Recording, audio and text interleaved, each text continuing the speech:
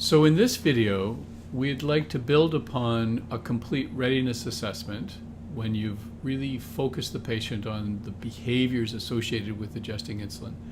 But here is the situation where your patient is expressing ambivalence. That is, they can see the value of self-adjusting, but there's a but. And so we would put this in the yellow light ambivalent category. So when you look at this checklist, this is when you're talking with your patients to see if they understand what it means to actually adjust their insulin.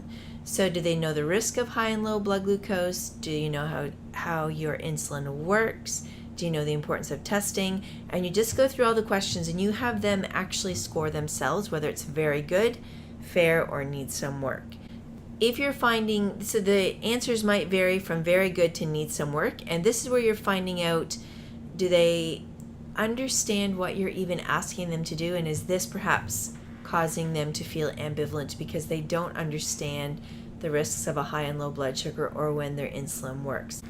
So the important piece here is that when you're working with ambivalence, this is a bit of a check to ensure that there's adequate education. So don't be surprised, you've defined the behavior, done the readiness assessment, but then the person isn't quite on board, and it may well be because there's a need to review some of the basic educational material. So that's really a good first step for working with people who are ambivalent. Now the next step of working with ambivalence is to understand the individual's reasons to not engage in our recommendations and the reasons for them to engage. This is the concept of decisional balance, advantages, disadvantages. And often what ambivalence reflects is the fact that the person has is pulled in two directions. That is, they can see the sense of it, but there's always the but. So this is an important analysis where we start to examine, in this particular case, the individual's personal reasons why they would want to, for them, do this, and why they would not want. One of the really important aspects of exploring pros and cons with patients on any behavior is to always start with the cons. That is, if we healthcare providers start talking to patients about all the reasons that they should follow our recommendations, if they're not ready, we might actually make them defensive and they may resist. Which is why you always start by talking about the reasons not to do what's recommended, and that allows the patient to really open up. So here what we're looking for is asking why adjustment is not a good idea, what some of the personal reasons are. Now, people will have their personal reasons, but often they fit into categories. So don't be surprised if you need to guide the patient through this conversation. And think about it in the following way. Some people might have very, very clear reasons why they're not going to do it. So if you ask them, why aren't you going to do this? Would you be reluctant to adjust? They might be able to tell you. But many, many people are ambivalent and they don't have very, very clear reasons. So in that case, people often benefit if you give them a series of typical kinds of reasons, and then they can identify which may describe them.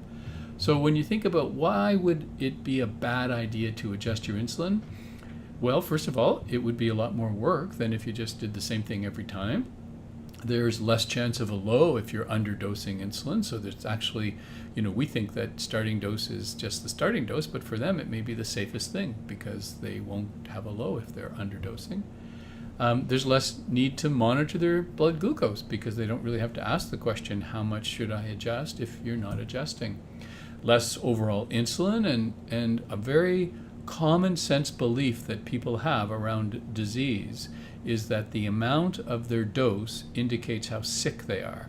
So many people hold the common sense belief that 10 units of insulin means that you're more out of control than if you had 5 units of insulin. So less insulin, in many people's experience, is actually a really good idea. And less expense that would be associated with that. And it means that you have to do the work, that there's greater personal responsibility on self-adjustment. Many of our patients would rather we take care of them, and so they're a bit reluctant because this is really the way in which we ensure that they're self-managing.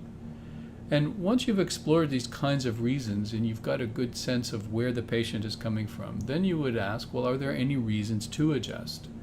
And we know that here there's many reasons that we are actually very committed to, but not necessarily our patients, and that is better blood glucose control, fewer visits to the team to adjust, greater confidence, and also the recognition that you are the one most able to manage your diabetes. So self-management model really becomes a positive if we can guide our patients.